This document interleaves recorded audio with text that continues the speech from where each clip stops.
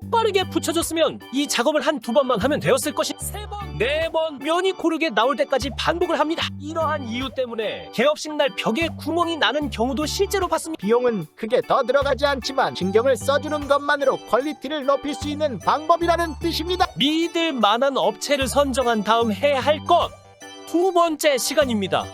5째, 목공사는 기본 툴이 된다. 지난 시간에 공사가 시작되게 되면 현장에서 눈을 떼면 안 된다고 말씀드렸습니다. 계속 보고 있으면 뭐해? 봐도 뭐가 뭔지 모르는데. 그래서 준비했습니다. 오늘 목공사부터 시작해서 공사가 진행되는 과정에서 어떤 점을 눈여겨봐야 하는지에 대하여 알려드리겠습니다. 목공사는 인테리어 공사의 뼈대가 되는 공정입니다. 때문에 이 목공사는 최종적으로 인테리어가 완성되었을 때 겉으로 보이지는 않습니다. 하지만 나머지 공정들이 목공사라는 뼈대 위에 입혀지기 때문에 이후에 후속 공정들에 영향을 미치지요. 예를 들면 목수의 실력이 형편이 없어서 석고보드를 들쑥날쑥하게 붙여놨는데 그 상태에서 도장 작업을 합니다. 들쑥날쑥한 부분을 가리기 위해서 퍼티를 바르고 갈아내기를 반복합니다. 똑바르게 붙여줬으면 이 작업을 한 2번만 하면 되었을 것인데 3번, 4번 면이 고르게 나올 때까지 반복을 합니다. 공사 기간도 늘어나고 로스도 늘어나게 되는 거죠.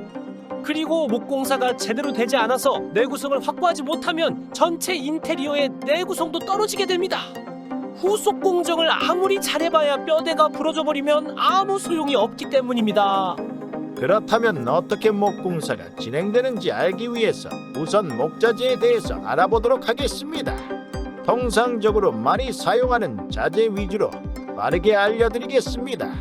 목자재는 크게 판재와 각재로 나뉩니다. 판재는 합판, 석고보드 등을 말하는데요. 일반 합판은 나무의 결을 직교되게 배열을 해서 강도를 높인 자재를 말합니다. 나무는 결대로 힘을 주면 쉽게 쪼개지기 때문에 이를 보완한 것입니다. 일반 합판의 경우 표면이 매우 거칠기 때문에 이것 자체를 마감면에 사용하는 경우는 드뭅니다. 페인트 칠을 하더라도 거친 면 때문에 퍼티 작업을 많이 해야 하고 벽지나 시트지를 바르기에도 적합하지는 않기 때문입니다. 그래서 내구성이 필요한 곳에 보강을 하는 경우에 많이 사용합니다. 다음으로 깔끔한 마감과 내구성이 필요한 곳에 사용하는 MDF 합판입니다. 흔히 MD라고 많이 부릅니다. 아주 고운 톱밥을 접착제와 섞고 열과 압력을 가해 만들어집니다. 톱밥으로 만들기 때문에 가격이 저렴하지만 물을 흡수하면 부풀어 오르고 변형이 쉽게 됩니다. 그리고 고운 톱밥을 사용하기 때문에 표면이 아주 매끄러운 특징이 있습니다. 따라서 마감면에 자주 사용을 합니다. 뭐야? 그러면 이 합판으로 마감이 끝난다는 거야? 여기서 말하는 마감면은 목공사에서 가장 윗면에 나오는 면을 말합니다. 이것 자체로 마감이 되는 것은 아니고 이 위에 페인트, 벽지, 시트지 등을 붙여야 실제로 마감이 끝나는 것입니다. 나무의 무늬를 품고 있는 집성판도 있습니다. 집성판은 나무의 원형을 유지한 상태에서 목재를 이어붙여서 만든 반지인데요. 나무 무늬가 살아있기 때문에 이것 자체를 마감재로 사용하기도 합니다.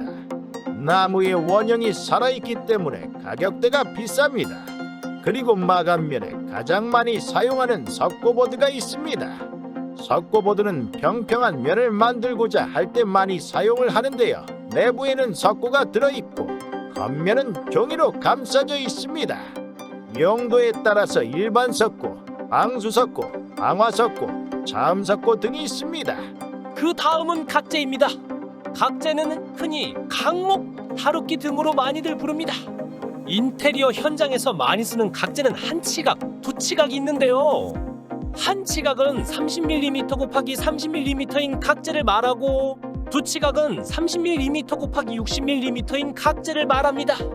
두 치각은 벽체를 세울 때 사용을 하고요. 그 외에는 한 치각을 많이 사용합니다.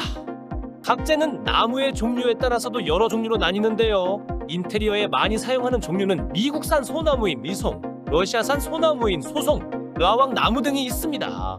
미송이 가장 저렴하며 라왕은 내구성이 좋지만 비쌉니다. 소송은 이 둘의 중간 정도 됩니다. 지금 말씀드린 이 정도 목재만 알고 있으면 인테리어 목공사를 살펴보기에는 충분합니다. 목공사를 할 때는 각재로 뼈대를 만들고 나서 그 위에 판재를 붙여서 벽체, 천장 등을 만듭니다. 주택을 인테리어 할 때는 상관없지만 상가를 인테리어 할 때는 벽체의 높이를 정하는 것이 중요합니다. 컨셉에 따라서 벽체가 높아야 하는 경우가 있을 수도 있지만 그런 경우가 아니라면 벽의 높이는 3m를 넘지 않는 것이 좋습니다. 왜냐하면 3m 정도의 높이는 목수가 간단하게 웅화 정도만 사용해서 작업이 가능하지만 그보다 높아지게 되면 작업의 속도가 매우 떨어져서 인건비가 많이 들어가게 되기 때문입니다. 이는 이후에 이어지는 후속 공정에도 마찬가지로 적용이 되기 때문에 이는 지켜주시는 것이 좋습니다. 후속 공정에도 적용된다는 게 페인트를 칠하거나 벽지를 바르거나 할 때도 작업 속도가 떨어져서 인건비가 많이 들어간다는 거야? 맞습니다. 이렇게 벽을 세울 때는 각재로 뼈대를 세우고 거기에 판재를 붙여서 만듭니다. 그러면 내부에는 공간이 생기게 되는데요. 이곳에 단열재, 흡음재, 중진재 등을 넣을 수 있습니다. 방에 방음이 필요하다면 폴리에스터 같은 흡음재를 넣을 수도 있고요. 외기와 닿는 콘크리트 벽에 세워지는 마감 벽에는 단열재를 넣습니다. 드라이비트 등 건물 자체에 외단열이 되어 있는 경우는 단열재를 넣지 않을 수도 있겠지만 우리나라의 경우에는 내부에서 단열을 하는 내단열이 많기 때문에 통상적으로는 목공사를 하면서 단열재를 넣는 것이 보통입니다. 만약 구획만을 위해서 벽을 만드는 경우에는 벽 내부를 비워둔 채로 시공을 하기도 합니다. 그리고 앞에서 예를 들어서 말씀드렸던 판재를 들쑥날쑥하게 붙이는지 잘 봐야 합니다. 이것 또한 후속 공정에 영향을 주며 심할 경우에는 후속 공정을 아무리 잘하더라도 티가 나게 됩니다. 심하게 들쑥날쑥하다고 한다면 조금 더 신경 써 주시라고 말씀드려야 합니다. 또한 판재는 두 장을 엇갈리게 붙입니다. 이는 내구성을 위한 것이지요. 석고보드를 두 장 붙이는 경우도 있고 합판 한 장을 붙이고 석고보드를 한 장 붙이는 경우도 있습니다. 석고보드만 두 장을 붙이면 비교적 저렴하며 최소한 이 정도는 해줘야 합니다. 간혹 의뢰인이 현장에 없는 틈을 타서 석고보드를 한 장만 붙이고 마무리해버리는 업체도 있습니다. 이 경우에는 이후에 실사용을 하다가 벽에 구멍이 나는 경험을 하실 수도 있습니다. 이러한 이유 때문에 개업식 날 벽에 구멍이 나는 경우도 실제로 봤습니다. 합판을 붙이고 그 위에 석고보드를 붙이는 이유는 내구성도 좋아지고 벽의 나사 등을 받기에 좋기 때문입니다. 석고보드는 말 그대로 석고이기 때문에 가공은 쉽지만 쉽게 부서집니다. 만약 액자를 걸기 위해서 일반적인 나사를 받고 거기에 액자를 걸게 되면 나사가 금방 빠져버리는 경험을 하시게 될 것입니다. 이럴 때 사용하는 석고보드용 피스가 있지만 이것도 만능은 아닙니다. 좀 무거운 것이 걸리게 되면 이것 또한 버티지 못합니다. 때문에 합판을 한 장 대고 그 위에 석고보드를 붙이는 것입니다. 그리고 기둥처럼 충격을 받기 쉬운 곳은 MDF를 마감면에 붙이기도 합니다. MDF는 물에 약하기는 하지만 석고보드보다는 훨씬 강도가 높기 때문입니다. 그리고 시트지로 마감을 하는 경우에도 MDF를 마감면에 붙여야 합니다. 이는 시트지를 붙이다가 실수를 해도 다시 떼서 붙일 수 있기 때문인데요. 석고보드는 겉면이 종이로 되어 있기 때문에 시트지를 붙였다가 다시 떼려고 하면 종이가 찢어지면서 시트지에 붙어서 올라오게 됩니다. 또한 모서리 부분에만 MDF를 덧대는 경우도 있습니다. 모서리 부분이 석고보드로 되어 있으면 쉽게 부서지기 때문인데요. 이를 보호하기 위한 몰딩도 있지만 이는 겉으로 티가 납니다. 하지만 내부에서 석고보드 대신 MDF를 모서리에 붙이게 되면 티나지 않게 보강을 할 수 있습니다. 그리고 요즘에는 기술이 좋아져서 에어타카를 사용합니다.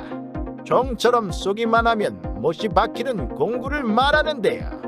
콘크리트나 철에도 못을 박을 수 있는 모델도 있습니다.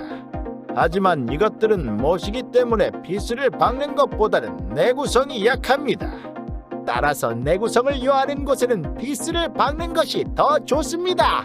특히 천장 같은 곳에 석고보드를 붙이는 경우에는 석고보드가 하중을 많이 받기 때문에 타카가 아닌 피스를 박아서 시공을 하는 것이 중요합니다. 지금까지 말씀드린 부분은 조금만 신경 쓰면 결과물의 품질이 좋아지게 되지만 귀찮아서 그냥 지나가기 쉬운 부분들입니다. 이 많은 비용은 크게 더 들어가지 않지만 신경을 써주는 것만으로 퀄리티를 높일 수 있는 방법이라는 뜻입니다. 그렇기 때문에 현장을 지키면서 이러한 부분을 눈여겨봐주는 것이 좋습니다. 목공으로 벽을 세우거나 기존의 콘크리트 벽을 석고보드 등으로 감싸게 되면 전기 콘센트, 스위치 등을 원하는 곳에 위치시킬 수 있는데요.